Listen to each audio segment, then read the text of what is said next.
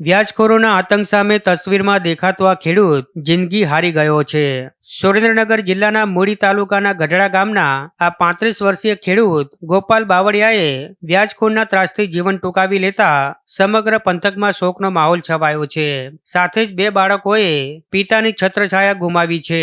વ્યાજખોરો 10% સુધી વ્યાજ વસૂલતા હતા અને તેનાથી પણ સંતોષ ન થતા વ્યાજખોરોએ મૃતક ખેડૂતની વાડીનો દસ્તાવેજ કરાવી લીધો હતો, પણ તેમ છતાં પણ પીછો ન છોડતા અંતે ખેડૂતે ખેતરમાં જઈ ઝેરી દવા પી આત્મહત્યા કરી લીધી હતી। ત્યારે મૃતકના પરિવારે વ્યાજ માફિયાઓ પર કડક કાર્યવાહી કરવાની માંગ કરી છે। જે 5 વ્યક્તિ હતા, મારા ભાઈ મોટાને ધમકી મારતા હતા।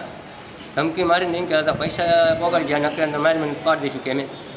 પછી મારા મને કીધું કે ભાઈ આવડત છે આપણે કે પૈસા મારા થયું છે નહીં અત્યારે, તમારે પૈસા ક્યાંથી કાઢી દેવા? 5% 10% વાળા અત્યારે તાત્કાલિક થાય નહીં, 10% લે અત્યારે એ કે 10% વ્યાજ ભરી જાવ ને પૈસા દઈ જાઓ।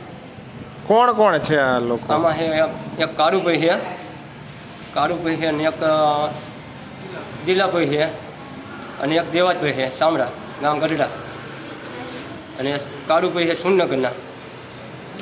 અને શું આ ધમકી શું આપતા હતા તમને? ધમકી એમને એમ આપી હતી કે તને મારી નાખશું, મેં કે પૈસા મને પૈસા દઈ જાય ને તને મારી નાખશું કે, અને એ પછી આ મોટા આવરું પગલું તારે ભરી લીધું।